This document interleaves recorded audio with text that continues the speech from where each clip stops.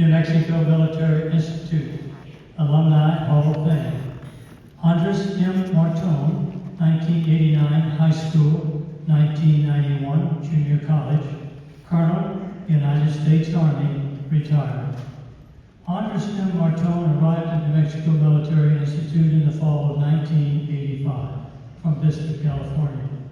He was active in the Corps of Cadets, earning many awards and decorations for his performance in academics, sports, and other cadet activities, and was the Centennial Regimental Commander his first-class year in 1991. His military career started in 1991 as an infantry second lieutenant platoon leader in the 3rd Battalion, 160th Infantry Mechanized, California Army National Guard. He activated for the 1992 Los Angeles riots, the Rodney King trial, and the 1994 Northridge earthquake, while completing his Bachelor of Arts degree in English from Pepperdine University. He completed the Infantry Officer Basic Course and served as a Company Executive Officer and Company Commander as a First Lieutenant before his promotion to Captain, while earning his Juris Doctorate from California Western School of Law. Andras entered active duty as an infantry officer in 1998, serving as the Bradley Instructional Company Executive Officer while awaiting the California Bar Exam results. Upon passing the bar, the United States Army Judge Advocate General's Corps selected and assigned him to the 2nd Infantry Division, Camp Casey, Korea, where he served as a legal assistant attorney, assistant operational law attorney, and military magistrate. He next served as a senior administrative law attorney and assistant operational law attorney with the 101st Airborne Division Air Assault at Fort Campbell, Kentucky.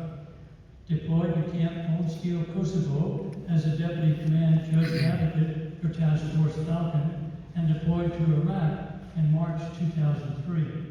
The night before his brigade was to assault into Iraq. A United States Army sergeant attacked his brigade leadership area, killing 2 officers and injuring 14 other soldiers, including severely injuring then Captain Marton. After extensive rehabilitation for his injuries sustained in Kuwait, Andras returned to Fort Campbell as the chief of the Claims Division before his selection as the chief of the Military Publications Branch at the Judge Advocate General's Legal Center and School. After completing his LLM with a criminal law specialty, he served as the Chief of Military Justice at Fort Bliss, Texas. Colonel Marton next served as the Deputy Staff Judge Advocate for the United States Army Military District of Washington, managing the high-profile United States versus Lieutenant Colonel Terrence Locken and the United States versus PFC Bradley Manning cases. He then deployed as the United States Central Command Area of Operational Regional Defense Council before being assigned as USENTCOM Chief of Administrative Law in Tampa, Florida. Colonel Marton subsequently served as the Staff Judge Advocate for the United States Army Aviation Center of Excellence and the 101st Airborne Division Air Assault, deploying as the Staff Judge Advocate for the Combined Joint Forces Land Component Command Operation Iraqi Freedom. He then served as Strategic Planner in the TJAG Personnel Plans and Policy Office before being hand-selected to serve with the Office of General Counsel Intelligence for the Office of the Secretary of Defense. Before his retirement from active duty, he served as the United States Transportation Command Staff Judge Advocate at Scott Air Force Base, Illinois. Most recently, he was selected for a start assignment as the Attorney Advisor for the Permanent Change of Station Joint Task Force. His awards and decorations include the Defense Superior Service Medal, the Legion of Merit, Bronze Star Medal with 1 oak leaf cluster, Defense Meritorious Service Medal with 1 oak leaf cluster, Meritorious Service Medal with 3 oak leaf clusters, Joint Service Commendation Medal, Army Commendation Medal with 5 oak leaf clusters, Army Achievement Medal and 2 oak leaf clusters, multiple campaign medals, the parachute bed, the air assault bed, and numerous unit and participation ribbons. Colonel Marton's actions and accomplishments while attending New Mexico Military Institute and serving in the Army reflect great credit on him, his family, and New Mexico Military Institute. He exemplifies the credo of duty, honor, and achievement. Inducted for Valor this 24th day of October in the year 2025.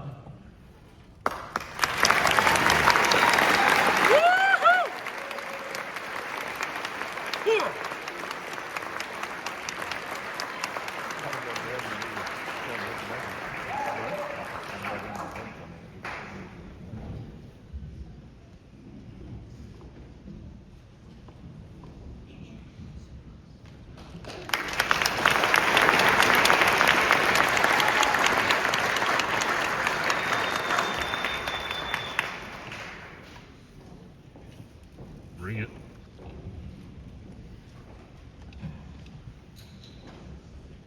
Board of Regents, Brigadier General McBurnett, the Superintendent, faculty, staff, fellow inductees, family, friends, and most importantly, the Corps cadets.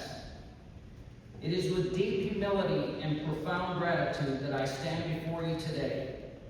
My induction into the New Mexico Military Institute Hall of Fame is not merely an honor, but for me, unequivocally and truly, the highest of many titles, awards, and positions I have held. When Brigadier General McBurnett called to tell me about my selection, I was dumbfounded, humbled, and I felt undeserving to be among the stalwarts in our Hall of Fame.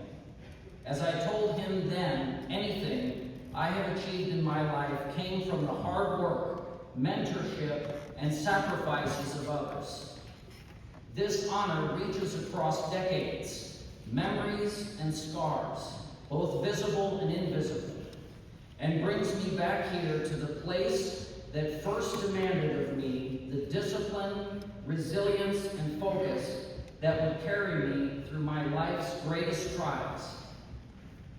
I arrived here in 1985 from Southern California, the smallest cadet in the Corps at the time, and just another high-pitched, sixth-class brat with a brush cut, heavy duffel bags, and frankly, no real idea what adventures and challenges awaited me. 6 years later, NMI did not just educate me and prepare me for seamless transitions to college and law school. It forged me into a resolute follower and a resourceful leader. It taught me how to follow with humility and lead with courage and passion. Forming up on Delta Troop Block for about 4 of my 6 years, through blistering summers and freezing winters, in the silence of early morning formations and many a late night and long weekend spent studying, shining brass and shoes, and preparing for the next week, I learned that preparation, persistence, and endurance build strength, and attention to detail provides a focus that makes a difference in life.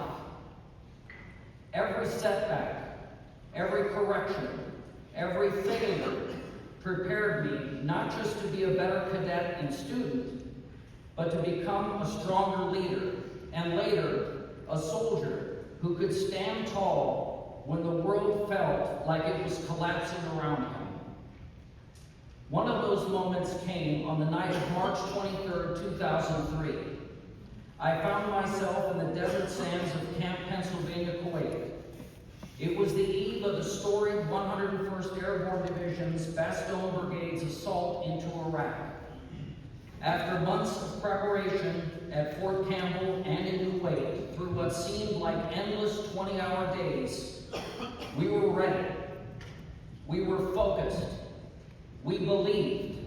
We were determined to seize Baghdad and free the Iraqi people from dictatorship.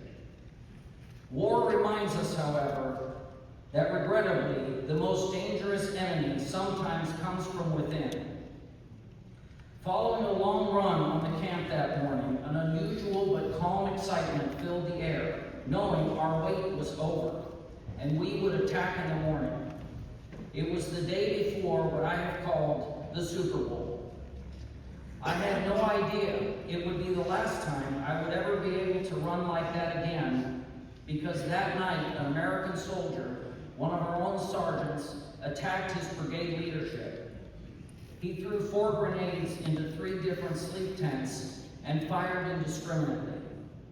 He took the lives of Major Greg Stone and Christopher Seifert. I wore a bracelet in Chris's honor every single day. The sergeant's senseless evil that night wounded 14 others, including me. I remember the blast. I remember hearing the start of his attack and waking up the other 12 captains in our tent. I remember trying to make it out of the tent. I remember being hurled in the air by the grenade blast and hearing an M16 rifle go off again. I later learned a round went through my right leg. I remember being in the air after the blast and thinking, you lost your left leg, before I even hit the ground. I remember desperately searching for my weapon that flew in the air. I remember the chaos, the smoke, the fire, the screaming. And I remember the moment when I realized life would never be the same. But I also remember a voice, a chorus really. It wasn't my own, but rather the voice of every squad leader, platoon sergeant, first sergeant, whoever howled at me to lock it up. Every fellow rat and classmate that told me, don't you quit, Marton. And every instructor in TLA who, through their example and relentless coaching, drilled into me the meaning of duty, honor, and achievement. It was NMMI speaking, not in the barracks or the classroom, but in the crucible of a life or death situation. I believe God spared my life that night, and He spoke to me in the voices I heard in my head. My recovery and surgeries over the years often were grueling. Some wounds healed, others remained. But I faced that journey prepared.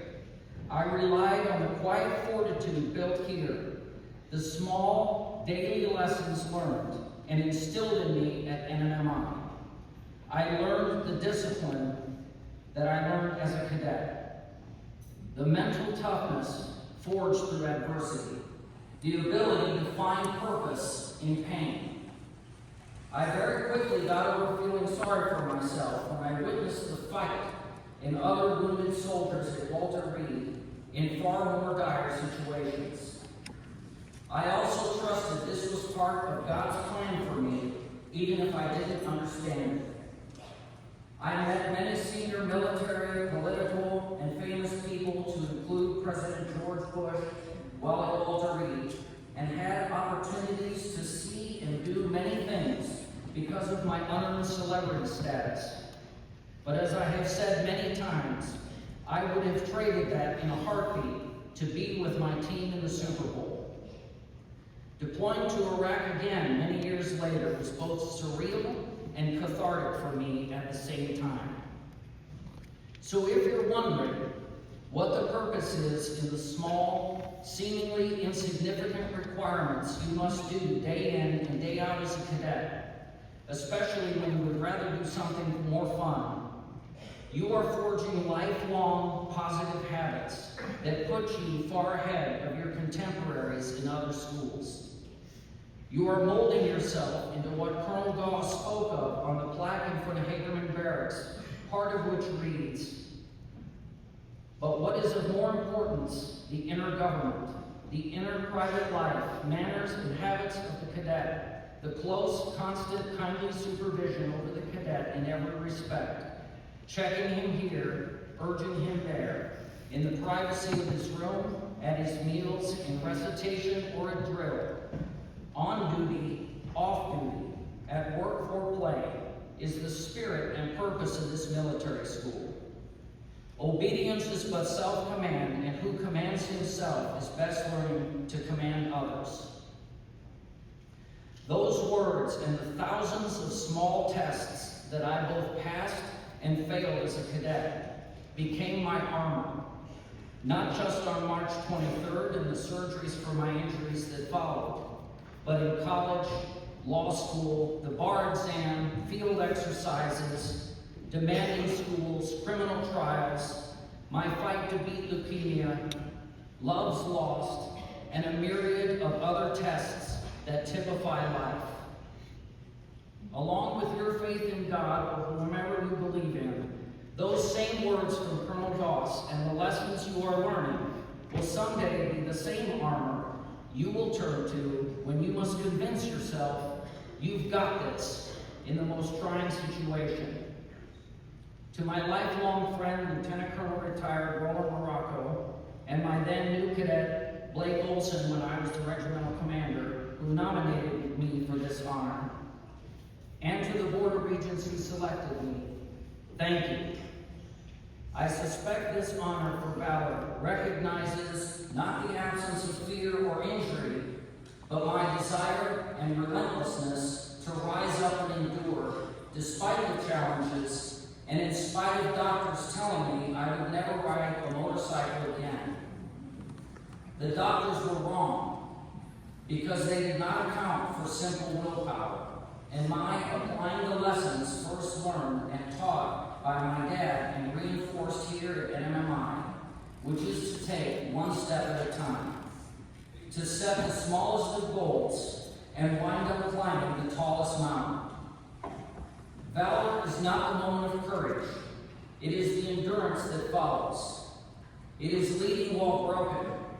It is serving others while scarred, facing the reality in front of you, and taking the hard first step on the longest of journeys. It is having to put your faith in God and in others to carry you and encourage you when you need it most. I'm reminded and ask you to remember the lifelong friendships that you're forging today and the rest of your time as a cadet. Friendships like when Roland takes the trip to Walter Reed to basically cause you to escape the hospital and push you around all the monuments in Washington, D.C. in the sweltering heat of July. It's that same friendship when he calls you to say, buddy, I need you, and you get on a plane to go be with him. I humbly accept this honor, not as a singular recognition of my actions, but as a tribute to every cadet who has been tested by life and chosen to face and beat the odds. This honor extends to my fellow soldiers who stood beside me in combat, the doctors and nurses who put Humpty Dumpty back together again, and especially to my family whose love and strength never wavered through any of my ordeals. To the other 13 wounded that night and those who took up our rucksacks and continued the mission, and to the memories of Major Greg Stone and Captain Chris Seifert, whose lives were taken that night, this induction belongs to them as much as, if not more than, it does to me. New Mexico Military Institute gave me far more than building on the solid foundation I was fortunate to have from my parents, who nearly sacrificed their lives, finding their way to America to give my brother and me the precious gift of freedom. I asked my mom to sit with me today because she taught me the key difference between ambition, which sometimes implies achieving the ends at the expense of others, and willpower, which is to believe in yourself and in turn make anything possible. My mom's life journey and what she has overcome and endured throughout her life is a testament to willpower and has been awe-inspiring for me. I also learned at a very young age that her size 7.5 high heel in my backside generates a great deal of willpower. Besides my parents, NMMI gave me an honorable standard to live by, especially through countless hardships. Though I have worn many uniforms, held many ranks and titles, and stood in many courtrooms and countries, I have never carried a title that has shaped me more than NMMI cadet. To the Corps cadets, I encourage you, as I encourage my son, Andras 3.0, as we call him, to embrace every hardship, every long day, every drop of sweat in the weight room on a random Thursday afternoon, every failure and every success, and wear them like armor. Armor. These are the things that cannot vanish. These memories will be with you day by day. Each experience strengthens you and sharpens your saber. Because when life throws its grenades at you, both figuratively and literally, you'll stand stronger than you ever imagined. Again, sir, thank you for this tremendous honor. I accept it with humility, reverence, gratitude, and a heart forever loyal to the institute that made me. May God bless you and our beloved institute, and may God bless the United States of America. Duty, honor, achievement.